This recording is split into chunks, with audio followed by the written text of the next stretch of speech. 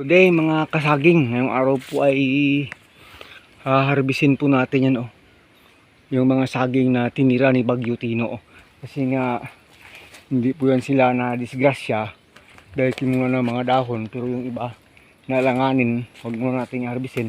Pero yung iba dito na tagang kailangan ng ma-harvest po mga ka-agri ay harbisin na talaga kasi wala tayong magagawa. So hindi na natin napapakita sa inyo ang pagtiba. Siguro mamaya na lang ay yung pagdidihan na lang natin kung ano ba, kasi hindi pa tayo nakakatapos ng pag-clearing dito kasi nga yung mga dahon yung mga natira pa na pwede pang makumpay, kinukumpay natin sa kambing. Kaya yun yung ginagawa natin, hindi natin kinukuha pa yung mga dahon. Pero kung wala sana tayong kambing, hindi sana ganito isura yan, ubos na yan. Na-clearing na natin yan dahil na rin sa maraming inaasikaso sa ngayon. Hindi natin basta-basta magawa-gawa. Pero ngayon, yan po, harbisin po natin yan. Ipakita na natin naman sa inyo kung andun na yan na natipo na natin mga ka-agri. So yun mga ka-agri, inabot ng 12 na buwig. Pero hindi po natin naubos kuha doon. May mga 6-7 pang buwig na sana na pwede pang harbisin. Pero hindi po yan madadala-dala ng isang tripan lang sa karosa o sa Carabao sled. So ito lang muna, parang ito lang kasi kaya ng Carabao. 13 plus ng isang buwig na alatundan. Pero yun nga po, sana ipinalangin natin hindi mahinog yung natira doon na mga pwede nang ma-harvest within 1 week, kasi alam natin after 1 week from now po pwede nang tumaas yung presyo nito dahil marami na talagang nagsitumbahang mga saging mga ka-agri. So yun lang, yung next natin gagawin dito ay dihan po natin ng mano-mano. Hiniram po ng Ma'am Cheryl yung ating dihander, so gagamitin natin kutsilyo sa pagdidihan. Kung makikita po ninyo may mga damage na yan ito po. Ito na po yung resulta ng damage ng bagyo kasi naka-plastic po sila mga ka-agri.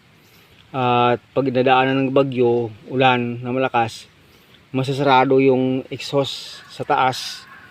At tapos dahil kinuna natin yung mga dahon, pag the next day na bibiglain ng sikat ng araw, may burning effect po siya.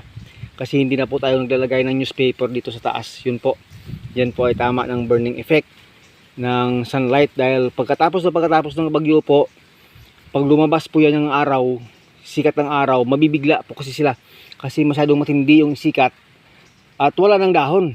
So ito yung resulta.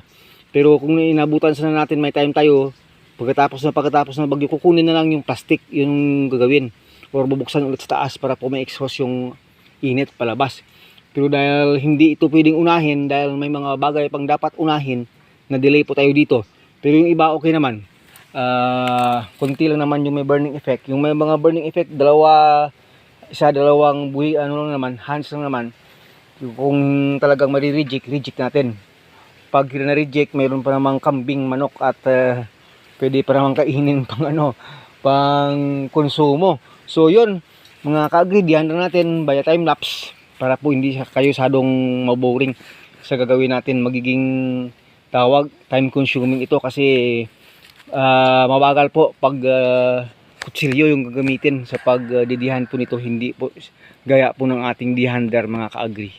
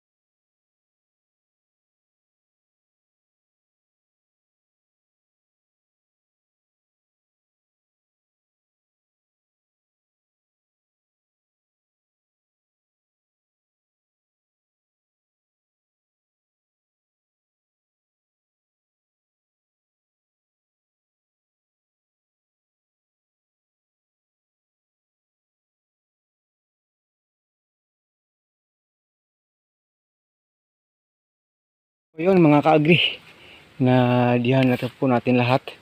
At yung mga reject po natin ay na-separate na natin. Ayun, na-reject na rin tayo doon.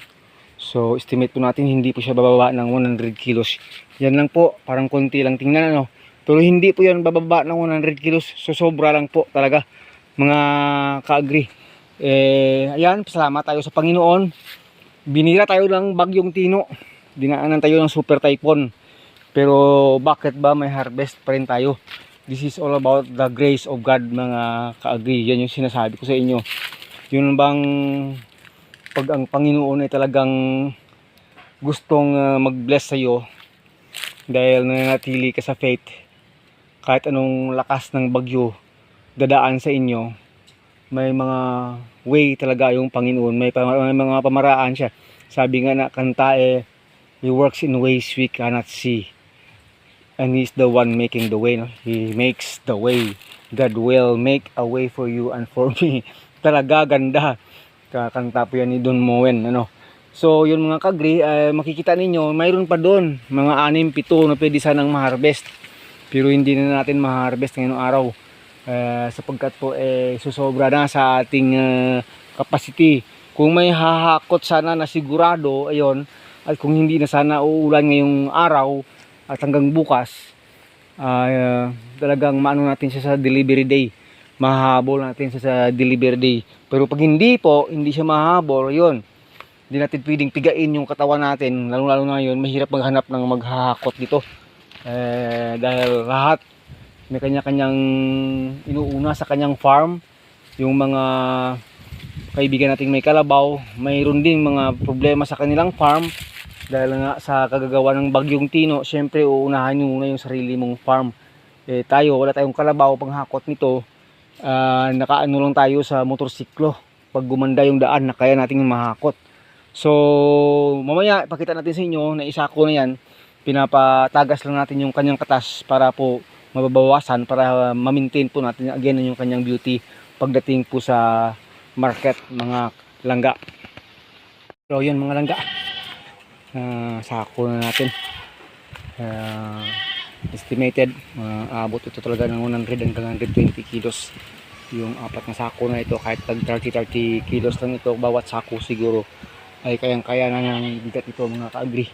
So hindi po talaga bababa ng 100 kilos. Sabi nga natin sa inyo kanina, mayroon pang 6 puno, 6 puno doon na hindi na harvest. So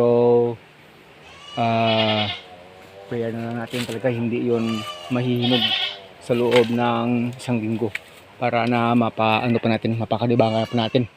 Kasi pag nahinog na, bibigay na lang sa kambing. Yun isang kambing natin papunta dito. Ay talaga. So yun po, maraming salamat po. Pasalamat talaga tayo sa Panginoon. This is all about God's grace na lang talaga. Dahil kahit na dinanan tayo ng malakas na bagyo, mayroon pa tayong harvest. May susunod pa po. Masusunod pa, may harvest pa rin tayo kahit na grabe yung devastation ng Bagyo Tino. Currently po andyan na, malapit ng palabas ng landmass si Bagyong Uwan, Super Typhoon Uwan. Sana ay hindi masyadong makakapinsala po kasi ang dami ng problema ng Pilipinas. So hanggang ngayon na lang, maraming salamat. God bless us all.